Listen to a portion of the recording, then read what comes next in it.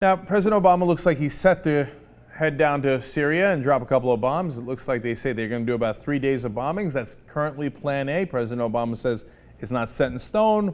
We'll see how it goes. But now we begin to see the warning signs of how Republicans might react if things go poorly in this operation. Now, don't get it wrong. The Republicans have egged them on to attack Syria throughout. John McCain, Lindsey Graham have been the biggest cheerleaders for attacking Syria. And overall, the Republican Party says, yes, attack them, bomb them. But you think that's not going to stop them from criticizing Obama when he listens to them anyway? So right now, there are reports out that Capitol Hill feels, quote, not properly consulted, and that they have gotten, quote, very brief status updates, which are obviously not to their liking. They would like to be updated and consulted even more. Now listen to what John Boehner says here. He says, I have conferred with the chairman of the National Security Committees, who have received initial outreach from senior administration officials. And while the outreach has been appreciated, it is apparent from the questions above that the outreach has to date not reached the level of substantive consultation.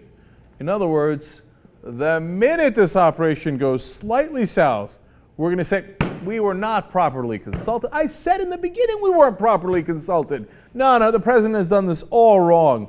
If he had properly consulted us Republican geniuses would have figured out, the right way to approach this. You see that? And he didn't come to Congress. That sounds a little unconstitutional.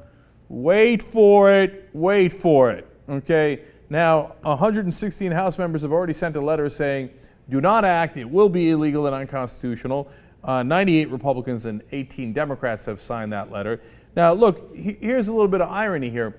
I agree with that letter. I think the president should actually ask for authorization before he acts from Congress. It is an act of war to drop bombs on another country, to drop a significant amount of bombs to destroy their military facilities. That's an act of war. You should ask Congress. So if I was President Obama, I wouldn't do it unless I had the authorization. But now the hypocrisy that the Republicans have is they're saying, go forward, go forward. They're not saying what I'm saying. In fact, Reuters explains, many lawmakers have been careful to add they generally support the decisive action against Syria President Bashar al-Assad. In other words, go get him, Obama. Yeah, you have to be decisive. You said there was a red line and they crossed the red line. You have to attack. Oh, you attacked? You should have gotten authorization. We sent you a letter. We told you it was unconstitutional.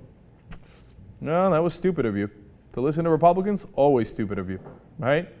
So do it the right way. But of course, he's not going to, because the entire national security apparatus is telling the president right now, you have to go immediately, sir, right away, sir. And of course, Congress is irrelevant. Ignore them. Well, we have been ignoring Congress for decades on end on issues of war, unfortunately.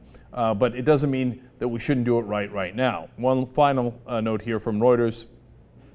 They explain, but the administration, as of midday on Wednesday, had yet to share a U.S. intelligence report that may directly link the Assad government to last week's attack.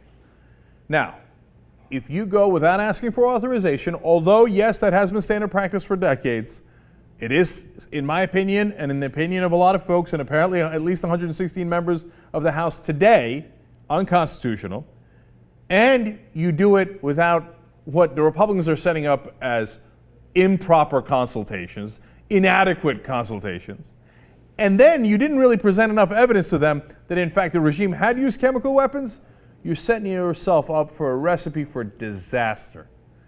So I would ask the president not to listen to the Republicans, but I've been asking him for 5 straight years to little avail / no avail. So, and in this case, we will have the same situation. He will listen to the Republicans to attack, and then he will listen to the Republicans as they rip him apart for attacking afterwards.